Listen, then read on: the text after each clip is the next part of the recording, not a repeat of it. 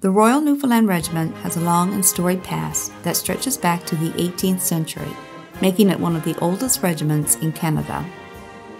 However, it is the record of their First World War exploits which receives the greatest attention. Their story begins with the famous First 500, when they embarked from St. John's on October 4, 1914, bound for England on the SS Florizel. 1 year later, the regiment entered a war zone for the first time in 100 years, landing on Kangaroo Beach, Suvla Bay, Gallipoli. The constant enemy fire, horrible intestinal disease, and fierce winter storms, punctuated by the success at Caribou Hill, and the evacuation reduced the hardiest Newfoundlanders to mere shells of their former selves. For many, the war would end in a farmer's field near the village of Beaumont-Hamel on July 1, 1916. For others, it is where Newfoundland's Great War story begins. Nearly 300 Newfoundland sons would perish on July 1st, and another 400 were wounded. Devastating losses for an island nation for which the sting of July 1st is as strong today as it was then. The regiment would get their revenge at Goudecourt in October 1916, where the battalion not only took their objective, but prevented the loss of their neighbour's objective by thinning out their lines and holding steadfast. The regiment would once again be wiped out at Monchy-le-Preux in April 1917, only for a small band from headquarters to successfully defend the village against all odds. 3 more times during 1917, the regiment fought with such distinction, determination, and bravery. King George V would bestow the highest honour for a regiment in the field by granting the prefix Royal.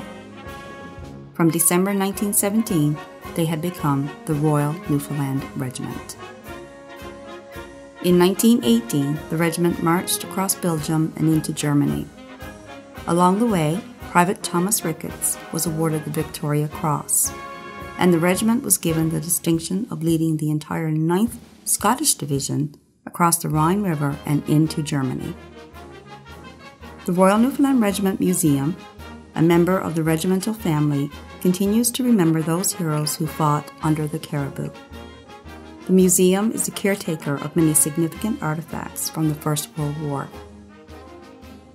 The collection contains many priceless keepsakes from the war, including many uniforms that were worn by soldiers such as Captain Sidney Frost, Captain Victor Bennett of the Royal Flying Corps, and Captain John Bemister. Among the museum's collection, which has revered presents on the museum's Wall of Honor, there can be found service medals to heroes of the regiment. Dr. Clooney McPherson, inventor of the gas mask. Lieutenant Colonel Arthur Haddo, the regiment's commanding officer at Beaumont-Hamel. Sergeant Stuart Dooling, one of the only 2 soldiers awarded gallantry awards for July 1st. And even Private Hazen Fraser, the 14-year-old handler of the regiment's famous mascot, Sable Chief. The museum collection also includes service medals, a silver tray, and photographs of 2 of the Eyre family who fell on July 1st. Among the museum's collection are battlefield relics from Beaumont-Hamel, Goudecourt, and Caribou Hill. There are trench maps that not only show the front lines, but they were also carried into battle. There is also an extensive photograph collection, which includes Padre Thomas Nangle's photo album from the unveiling of the Newfoundland War Memorial near Beaumont-Hamel in 1925, and many more items too numerous to mention. We are located near the original training grounds of the Blue Puttees in the Anthony Patton Building, Canadian Forces Base, St. John's, on the shores of Kitty Bitty Lake.